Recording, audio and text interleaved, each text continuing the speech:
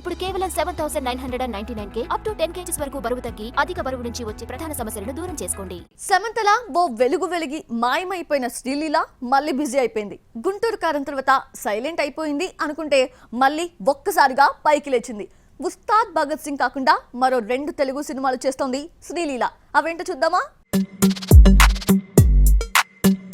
పెళ్లి సందడి, ధమాకా వంటి వరుస హిట్స్ తర్వాత శ్రీలీల ఒక్కసారిగా బిజీ కావడమే కాదు, స్టార్ హీరోయిన్స్ కు గట్టి పోటీ ఇచ్చింది. అయితే వరుస ఫ్లాపులతో ఈ అమ్మడిపై ఐరన్ లెగ్ ముద్ర పడింది. ఆఫర్స్ తగ్గినా మళ్లీ బౌన్స్ బ్యాక్ అవుతూ రాబిన్ హుడ్ లో నితిన్తో జతగడుతోంది. ఈ ఏడాది జనవరిలో గుంటూరు కారంతో కనిపించిన శ్రీలీల డిసెంబర్ 20న రాబిన్ హుడ్ తో ముందుకొస్తోంది.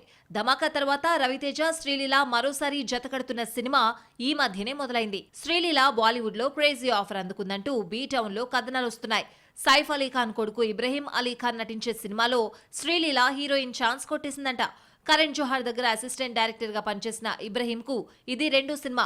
ఇలా ఫేడ్ అవుట్ అంటూ వచ్చిన విమర్శలకు సమంత, శ్రీలీల వరుస ఆఫర్స్ తో సమాధానమిచ్చారు.